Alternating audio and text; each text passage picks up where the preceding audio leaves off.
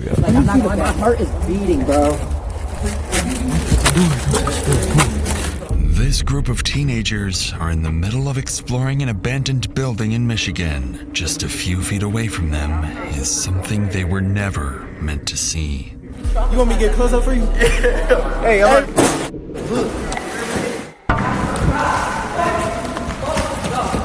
Come on, Aiden. Come on, Aiden. Yeah.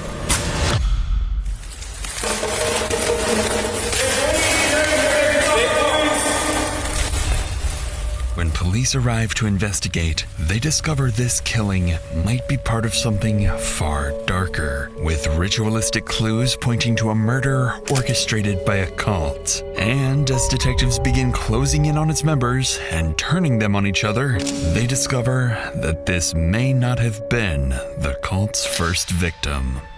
Richie told Steve that they wanted to kill right after getting married. It's like a gang or something? No, it wasn't a gang. Steve called it a family. I know you didn't say the number I heard. Yeah, definitely a cult. Yeah, they're calling it a family. 16? I killed 16 people. You've killed 16 people is what I said. Damn, why would you say that, man? On camera. Imagine being able to build an app with your name on it, just by thinking about it. Meet Base 40. Alright. It's a late Thursday evening in Monroe County, Michigan, when 7 high school students decide to explore an abandoned juvenile detention center. But the moment they step inside, they stumble upon something they were never meant to see and immediately start recording. I don't even know if I want to really get a... Alright, so we seen my fault. We seen the We seen a pod. This is for Like, my heart is beating, bro. Tell me this. I don't want.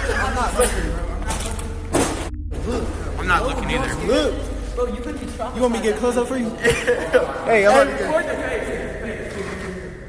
get. Moving. Wait, am I moving? Hold up. Yes. Here, I'm gonna be... Yo, Kick that door off. these kids are really gonna move. Yo, bro.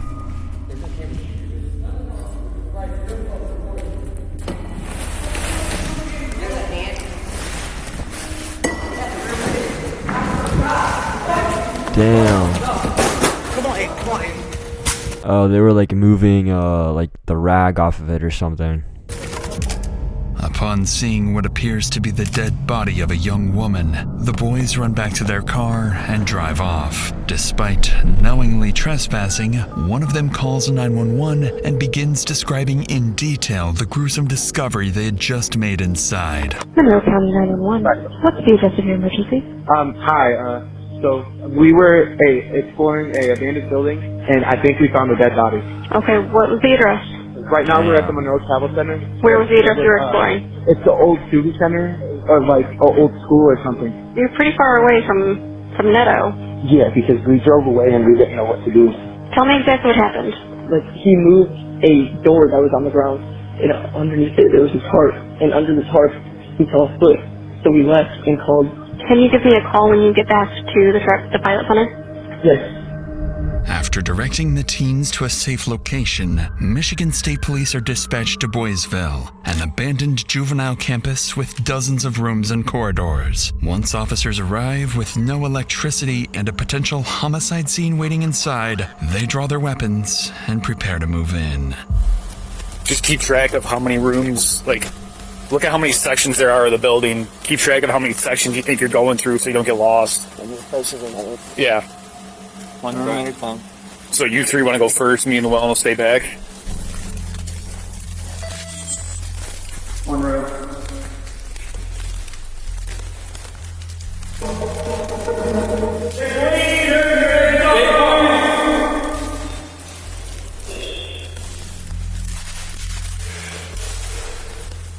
That door on the left.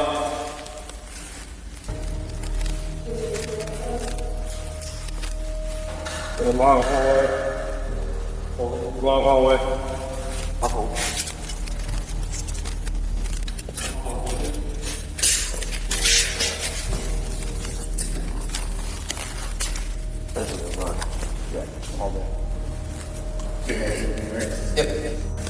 On the floor, underneath the tarp, lies the Damn, I wonder how long it's been there. deceased body the teens found earlier. But before officers can properly examine it, they have to clear the rest of the building and make sure they're the only ones inside.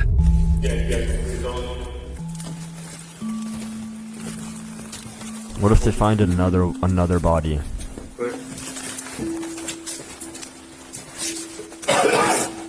There's a series of rooms.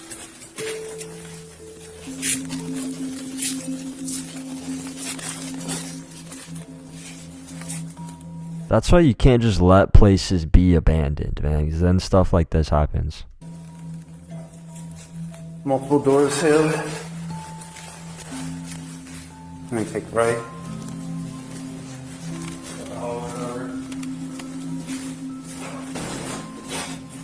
Walking through.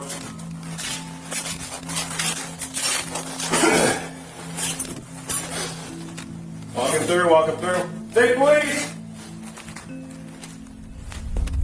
After an hour of clearing the building room by room, officers find no one else inside. With the building now cleared, officers return to the victim and begin trying to identify her. Given the location, they initially assume she may have been homeless and simply overdosed. But that assumption would quickly be turned upside down upon further inspection. But there was a time where people were coming in here like on a regular basis, like the haunted house type stuff, you know, like looking for ghosts and whatnot. I think that's blood under her head, like she got hit or around her. Yeah. Well, unless suspect is on top and slams her head on the ground. Yeah, it's not blood. No, it's like bronze. Almost gold. It's all over her. It's on her face, her arms, on her neck, her shirt. Look at how her legs are positioned. Shirt's pulled up. I'll get my fingerprint scanner out here in a little bit. Yeah, I wasn't gonna. Yeah, probably what, mid-20s, 30s maybe. I mean, she might not even be local. It might be somebody a truck driver picked up. As officers continue examining the body, they notice several unusual details. The victim is covered in an unfamiliar substance, surrounded by candles, and across her legs are what appear to be scribbles and strange markings. While one officer moves to retrieve a portable fingerprint scanner, very culty, very culty. few miles away, another group of officers makes contact with the teens who discovered the body. They're all shaken up yet cooperative, handing over the video they recorded inside. And it quickly becomes clear to detectives that they're far more worried about a trespassing charge than being tied to what happened to the victim, so they're eventually let go. Back at the abandoned property, the officer scans the victim's fingerprints and learns that she is, in fact, a local, 22-year-old Kayla Sadowski. Damn, no one realized she was missing? Moments later, paramedics arrive and examine the body, confirming two things. She's been here for some time, and the head injuries are consistent with 3 gunshot wounds. Damn. Sometime after midnight, officers lock down the rest of the building and return to the station, intent on resuming the investigation at first light. And as the investigation would begin coming together, detectives would become convinced this is not only a homicide, but part of something far more disturbing. Possibly even ritualistic. If you live with him and you leave and he finds out you leave, needless to say, you're going to be the next. Steve said that she was screaming, Steve! Steve, help! Steve, help! Do you want to go see your dad? Do you want to be with your mom? Yes. Or you want to live? So she was in the cult and she wanted out. Can't leave the Illuminati. Next morning, officers begin reviewing every available CCTV camera in the area, and after hours of combing through footage dating back 2 weeks, they finally spot her. On February 15th, at around 10 p.m., Kayla is seen leaving the Rosler Street apartments and walking across the Rosler Street Bridge. An hour later, at around 11 p.m., she appears on camera again, walking across the same bridge. But this time, she stops, turns around, and gets into a black Mercury Milan, wearing the same skirt she would later be found dead in. When officers run the vehicle's license plate, they learn it's registered to 44-year-old 19-year-old Stephen Bales, Yo. a man Kayla has an active protective order against. And just like that, investigators have their first suspect. That same afternoon, officers rushed to Stephen's Yeah, probably not a good idea to get into a guy with a weird face tattoo. house, but what they find is troubling to say the least. A note taped to the front door stating that he and his wife, Narina, have left for their honeymoon. To investigators, the timing seems far too convenient, so they try calling him, but he never picks up.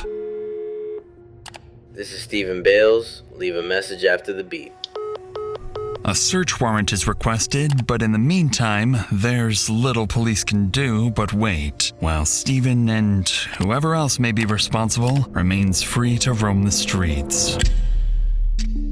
2 weeks pass after the body is discovered, yet there's still no sign of Stephen. But then, more than 100 miles away in Shelby, Ohio, police receive a 911 call they certainly aren't expecting, as 19-year-old Bryn Smith tells dispatchers someone is trying to kill him. And when Ohio officers go to meet him, they would unknowingly step into another state's investigation and give them an unexpected lead.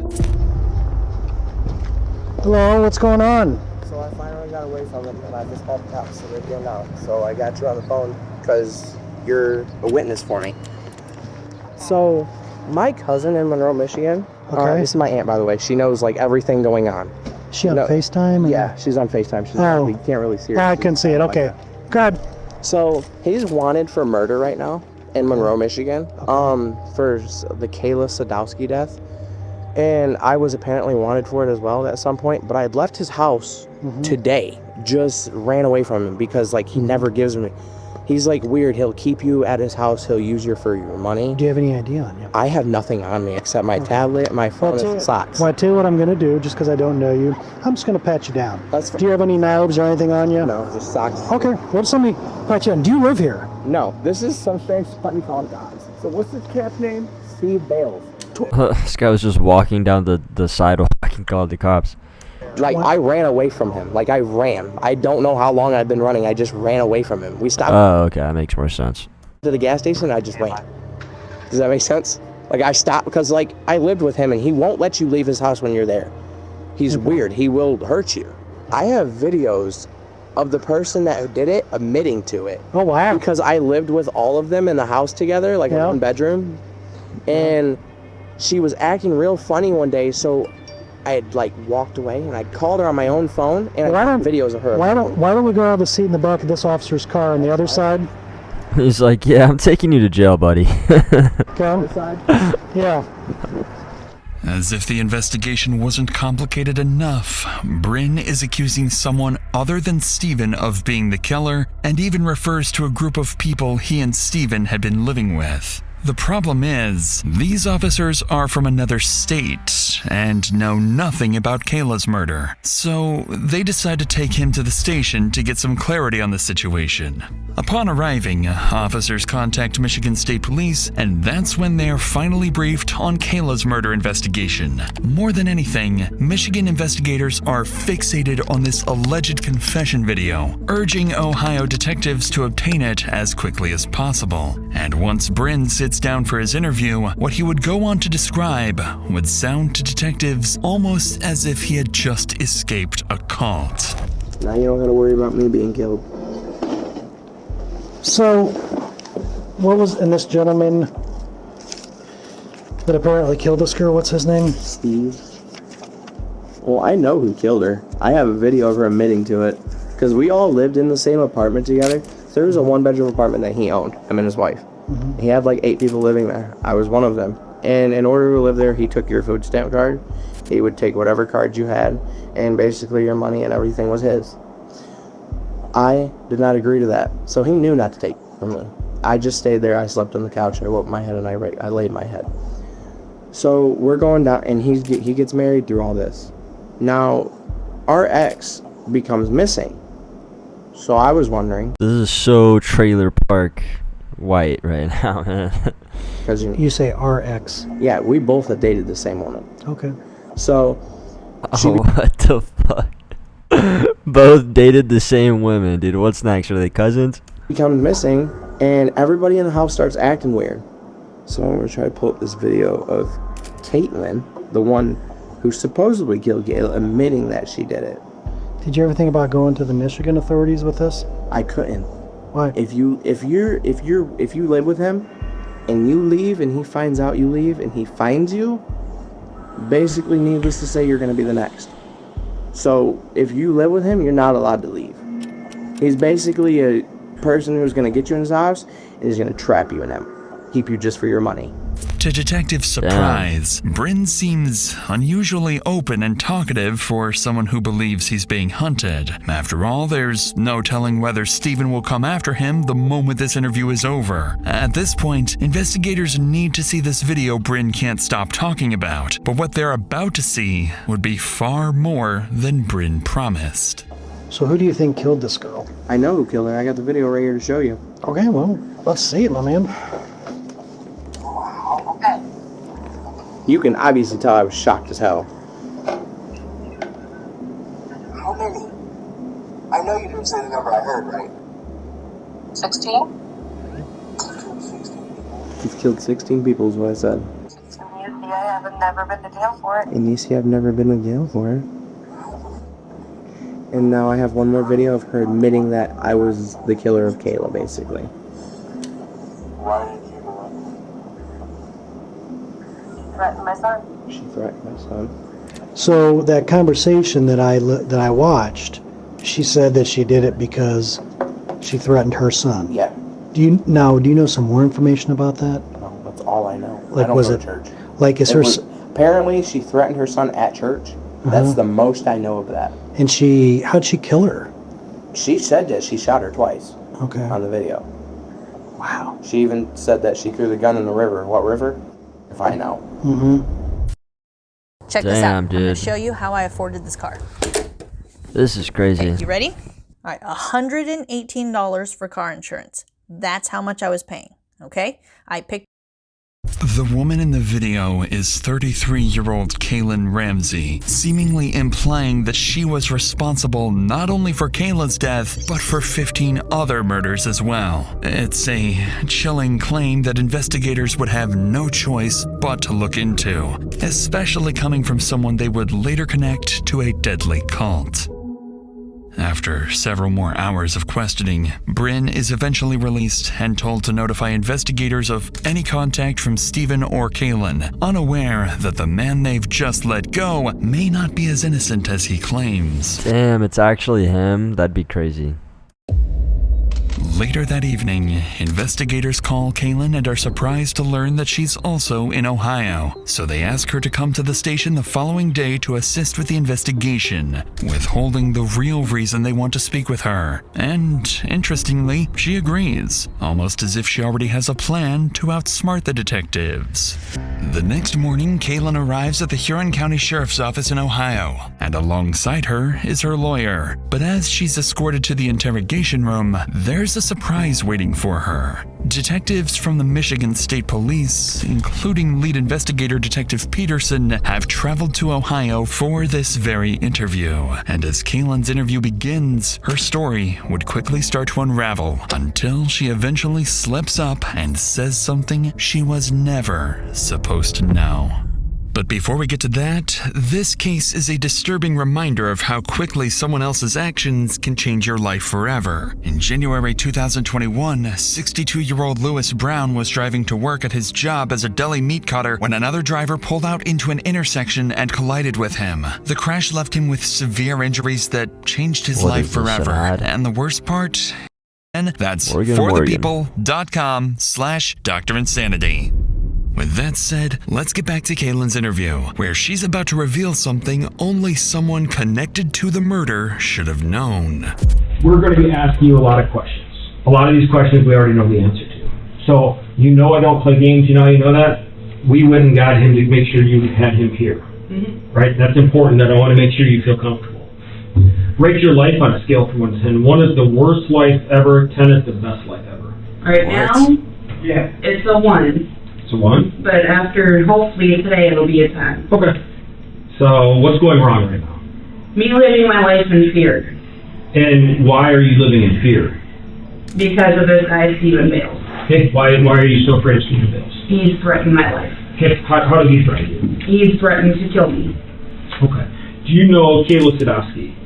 I knew of her. She was one of my friends at one point until I moved out here 3 years ago and we lost contact. Tell me about her. Tell me about Kayla. She was such a sweetheart. Oh my God. She even loved my youngest son. She was a sweetheart. She was just like me, outgoing, laid back, calm, give her shirt off her back to whoever needed it more than her. Just like me. That's so funny, dude. Her and I were a lot alike. Yeah, we're like basically perfect. Was she easy to get along with them? Oh yeah, she was very easy to get along with. Such a sweetheart. Okay, did you Just like me.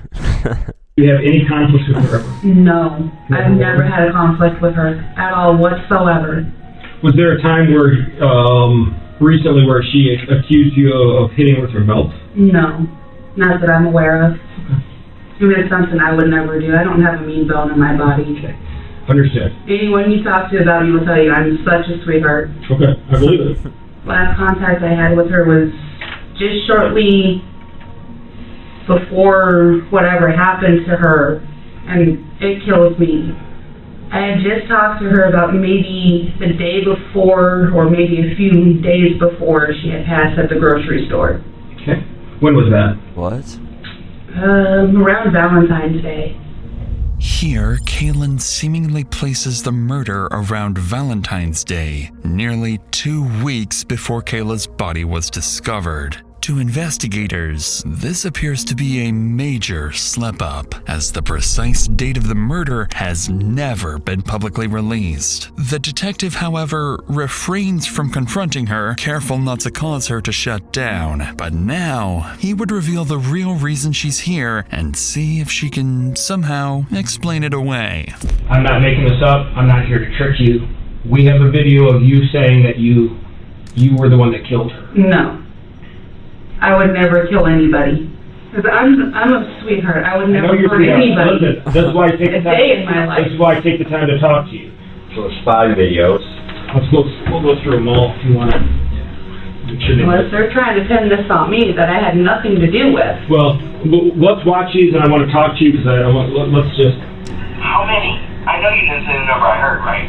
16? That was all forced. They forced me to say all that. Let's watch them all, and then I want to hear. How'd you get there? How'd you get her there? So you can clearly tell they're trying to set me In a up. white van. This isn't my first time. This is what I'm trying to get you. Listen to what I'm telling you to do. The lawyer's like, damn, like this is dope. he's like, yeah, she just got caught red-handed, man. There's nothing I can do here. Obviously, I want your side to that. Right? That's why we're here. Mm-hmm. So what is your side to that? My side to it is I had nothing to do with Kayla's death. Because you can really help us, okay? And in turn, I don't make guarantees, but right. there's a chance you might help yourself. But I want to make something clear. We know when Kayla died, okay? And we also know that we have a video of you with Steve, okay, and Narina, very short time after her death, together at a party store. I do not think you're the mastermind. I think that there's a lot of influence by Steve. There's no doubt there's a lot of influence by Steve. Yeah, look at the lawyer, bro. He is stressed. This guy needs a squeeze ball. Steve, you want to talk to me again? Oh. He's like, yeah, you were not honest with me. I think I'm done for today. Okay. My stress level's getting too high. It's slowly making me sick. After being shown the video, Kaylin does exactly what investigators feared most. She ends the interview before giving them enough probable cause to detain her, and so she's released. The following day, detectives finally get their first lucky break. The search warrant for Stephen's apartment is approved. Wasting no time, Michigan officers rush back to his residence, hoping to find answers to Kayla's murder and perhaps a clue as to where Stephen may have fled. Upon entering the cramped one-bedroom apartment, deputies are stunned to find evidence that at least 7 people had been living here, and things would only get stranger from here. Throughout the apartment, officers notice a recurring theme: the Grim Reaper. Stephen had adopted the name Grim, labeling many of his belongings with it. Inside a journal, deputies discover that he referred to his wife, Narina, as Lady Death. The group even had its own name. Totally normal. Totally normal. The Reapers. At this point, investigators begin to suspect they're not dealing with a group of friends or even a gang, but a full-blown cult. Damn.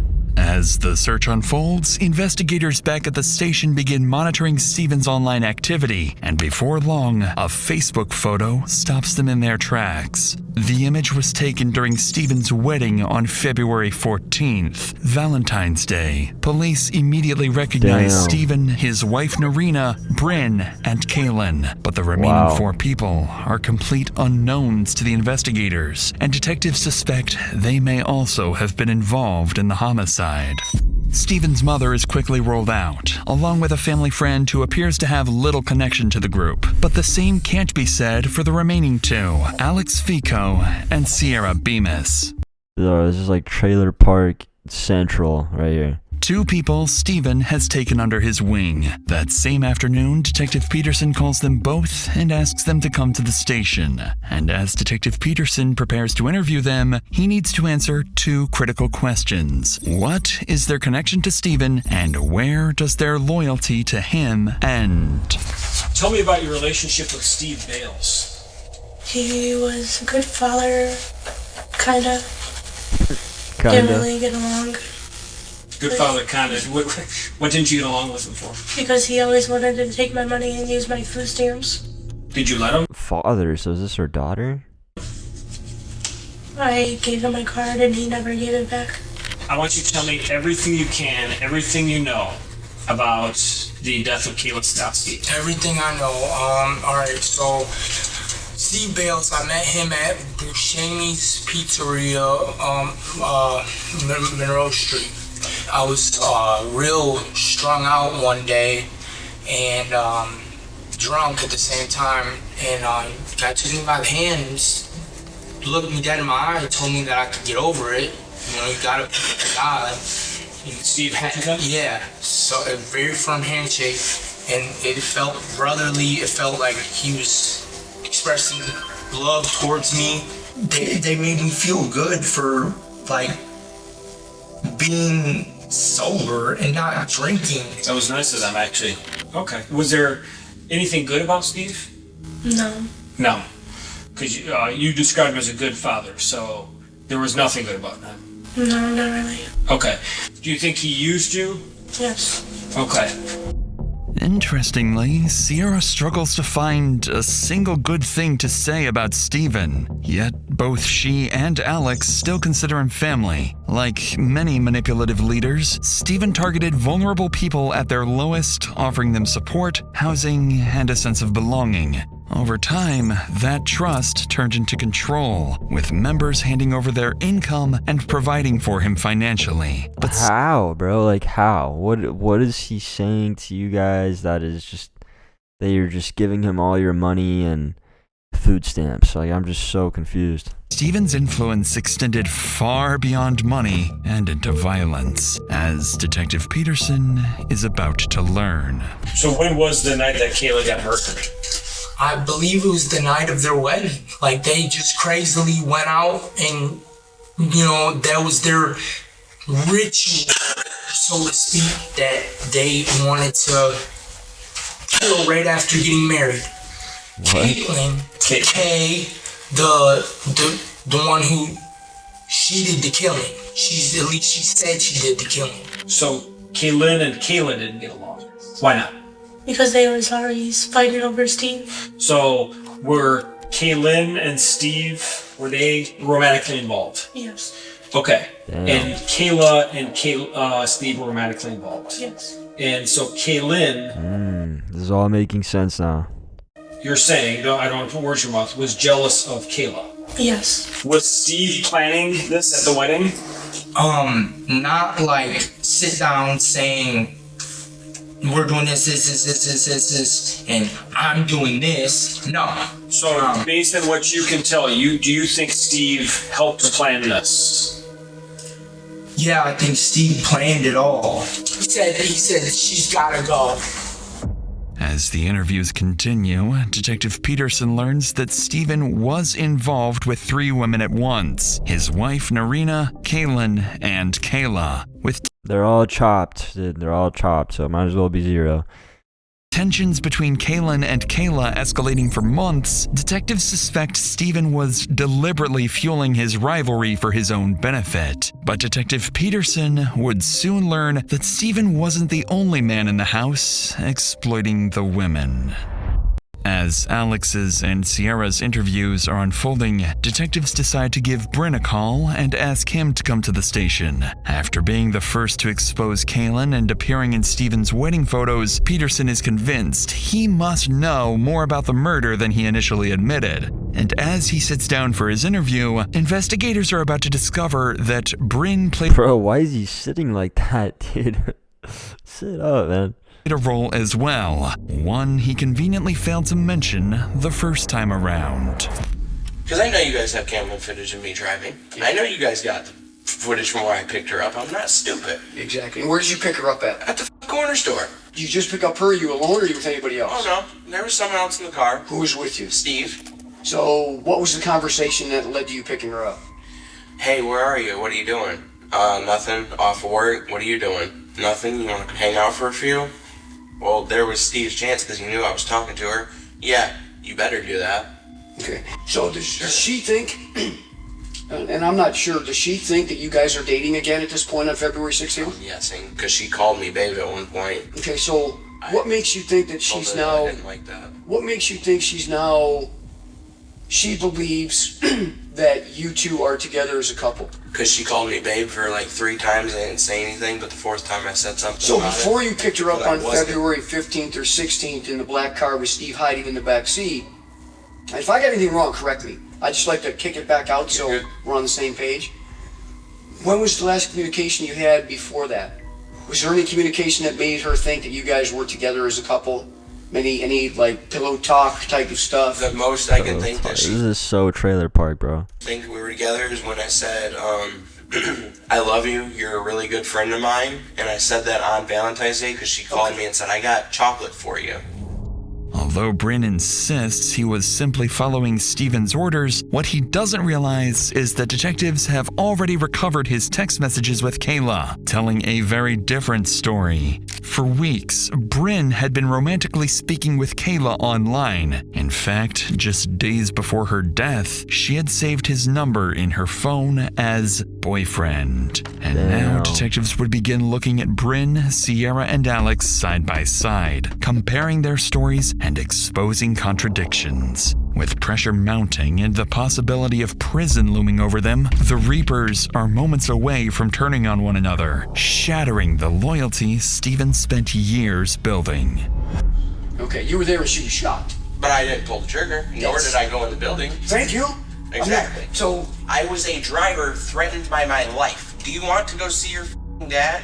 Do you want to be with your mom? Yes. Or you want to live? Save the This is why. exactly Save what I the was why, because told. that's the why is more important. She said the 3rd shot, she put it to her head. Steve said that she was screaming, Steve! Steve, help! Steve, help! And then Bryn specifically said, drop that. Oh. This gun, I had possession of it at one point in time. That's how my DNA would be on it. They said somebody's threatening them. That's how they manipulated me. They said somebody was threatening them that, you know, they needed protection. Can we get that gun back? And then they came out and we all left and went home. Okay, what was said in the car when they all came out? That she's finally dead. Who said that? Steve and Kaylin. Steve and Kaylin? They told me how they killed her. Okay, what did they tell you? They said they were talking to her and Kaylin just shot her in the back of her head. Kaylin shot her in the back of the head? Yes. Okay. And who was talking to her? Steve. Okay. As you see, You have the same green pocket knife? Yeah, as you see, it was. Why do you guys all common. have green pocket knives that are the Well, same? we also have green bandanas. What? It's like a gang or something? No, it wasn't a gang. It was... So it's a cult, obviously. We're in a cult. Steve called it a family. Although multiple members of the Reapers identify Kalen as the shooter, they consistently point detectives back to the same person as the mastermind, Steven. The picture detectives begin to piece together is this. Bryn tricked Kayla. Man, I'm tired of this, man. Bring in Steven. He can't be this bad of a guy, right? And lured her to Boysville. Alex supplied the gun, Kalen pulled the trigger, and Steven watched it all unfold without ever getting his hands dirty. With this, Alex, Bryn, and Sierra's interviews come to an end as all three are placed under arrest, while a nationwide BOLO is issued for Steven and Narina. And while the couple believes they've managed to disappear for good, even the most brilliant masterminds eventually make a mistake, and they are no exception. Damn. Over the next several weeks, authorities chase took them 4 months to find these guys? That's crazy. Lead after lead until they finally pick up Steven's trail. Bank surveillance cameras capture Steven and Narina on CCTV, and before long, investigators track the couple more than 700 miles from Michigan to a relative's home in New Hanover County, North Carolina. A SWAT team is called in, and the house is quickly surrounded. But despite repeated commands to come outside, Steven refuses to surrender, barricading himself inside and preparing for his final stand. Hours pass with little progress, forcing officers to deploy tear gas that finally drives the couple out of the house. More than 6 weeks after the murder, Steven and Narina are taken into custody and transported into the New Hanover County Sheriff's Office. At this point, detectives know a lot, but not everything. They still need to determine whether Steven orchestrated Kayla's murder or if the Reapers acted on their own. And with investigators believing they're dealing with a dangerous cult, they can't rule out the possibility that there are other victims still waiting to be found. Perhaps even the 15 other murders Kalen claimed to have committed. Once at the station, Steven and Narina are separated and placed into different interview rooms, and Detective Peterson decides to begin with Narina. If he can get Steven's own wife to start talking, it will become much harder for Steven to maintain whatever story he's prepared. Do you know Kayla Sadowski? I do. Okay, tell me about her. She's a good friend. Did you have any conflicts with Bro, this girl's 22, dude. She looks like she's a solid 42. her? Solid. No. Were you jealous of her at all? No. Was she romantically involved with Steve before you? So you didn't have any jealousy or anything like that about her? So, they went to pick her up. You stayed at the apartments, but you knew at that point that they were going to pick up Kayla to kill her. Yeah, I knew that. Okay. At that point, and just out of curiosity, any reason you didn't call the police? I did not call the police. Any reason you didn't? No. Okay. They came back. They told me that Very honest. that they were going to go back the next day to go put suntan lotion on her, body lotion on her, perfume, whatever they could find. They had not had the smell on her, like the after kind smell. They would put everything over her to cover that smell of her. Okay. Steve said the reason why I killed her because So they put lotion on her to cover up a dead body smell? It's very interesting. Very interesting choice of of things. You couldn't get cologne, you couldn't get literally anything else. she put me in prison for 2 years. What did he say about what they had just done? He didn't say anything. He just kept his mouth shut. So he didn't say much. No. But was he the organizing this whole thing? Was he the one that kind of controlling it and telling people to do this? Yeah. Against detectives' expectations. Damn, she's just ratting on her husband.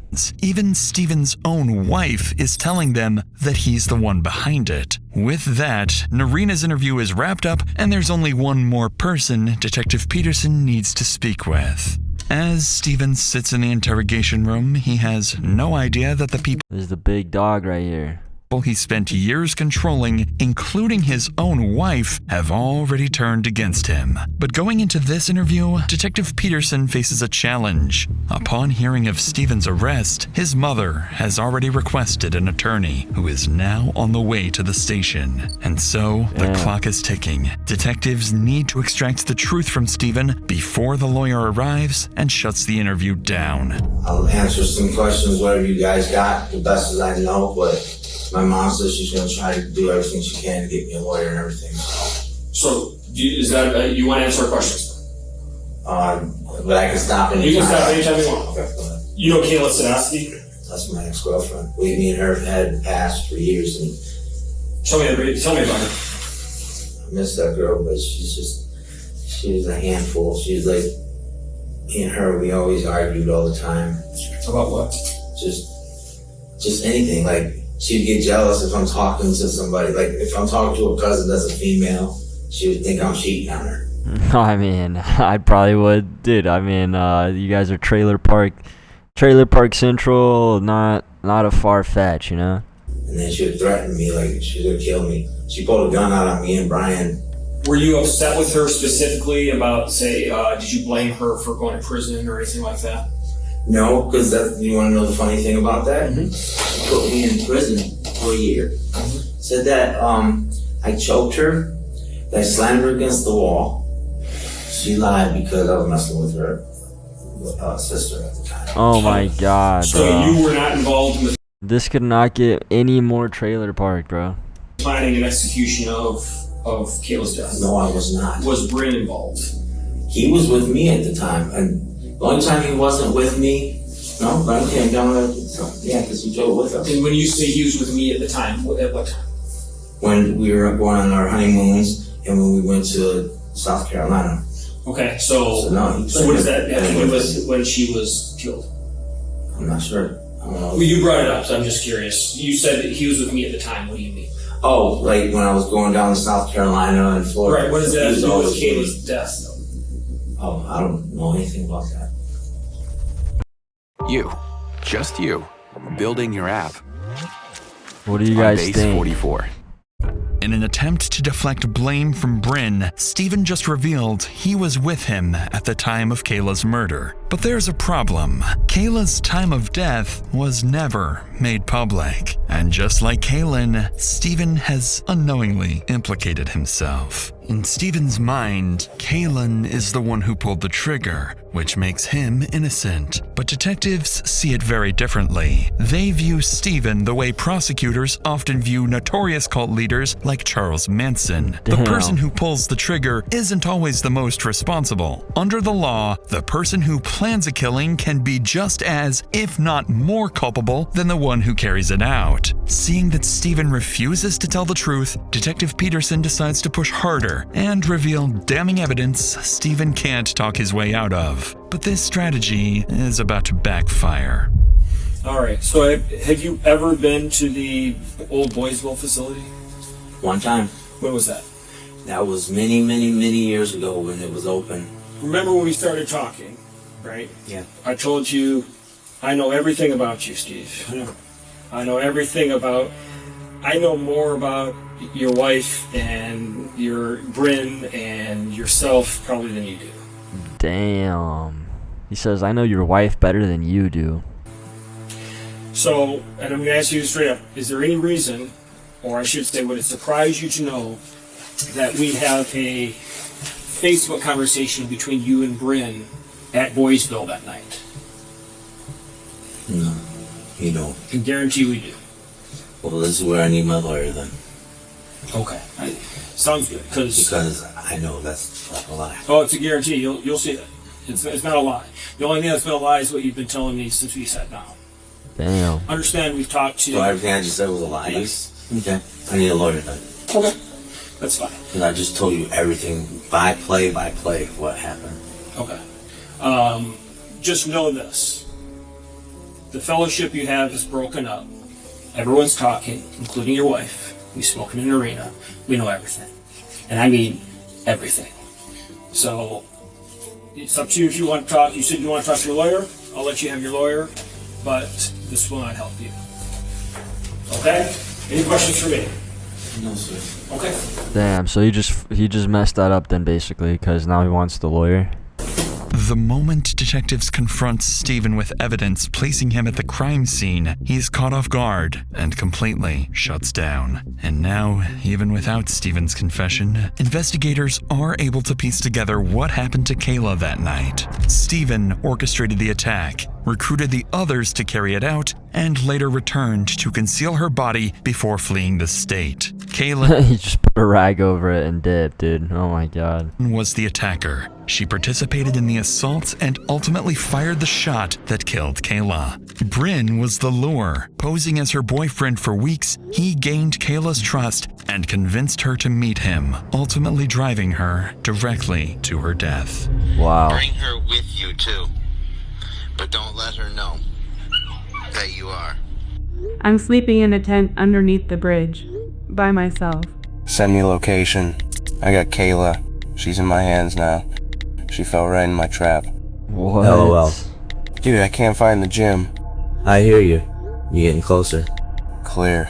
Sierra acted as part of the ambush team waiting for Kayla, serving as lookout as the murder unfolded. Narina never went to Boysville that night. Instead, she stayed at the apartment monitoring a police scanner, ready to warn the group if law enforcement was approaching. That's and crazy. Alex supplied the firearm, later retrieving it and helping conceal the evidence afterwards. In the end, none of the Reapers would escape accountability. Alex pleads guilty to tampering with evidence and accessory charges, receiving a sentence of 5 to 10 years in prison. Narina receives 13.5 to 30 years, while Sierra is sentenced to 18.5 to 30 years after both pled no contest to second-degree murder. Bryn and Kaylin each plead no contest to second-degree murder and are sentenced to 40 to 60 years in prison.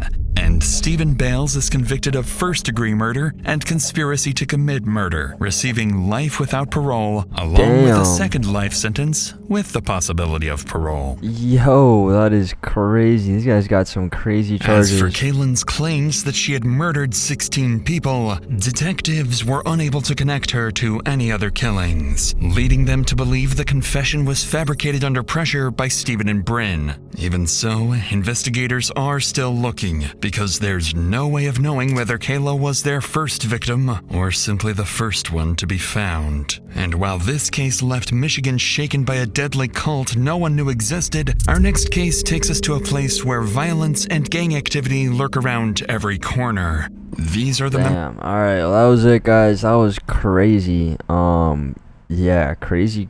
What are we gonna? Where's the Netflix documentary on this, man? It is the Trailer Park Trilogy. The Trailer Park. I don't know, something. But subscribe, guys. I'm gonna post more of these, and yeah, see you next time.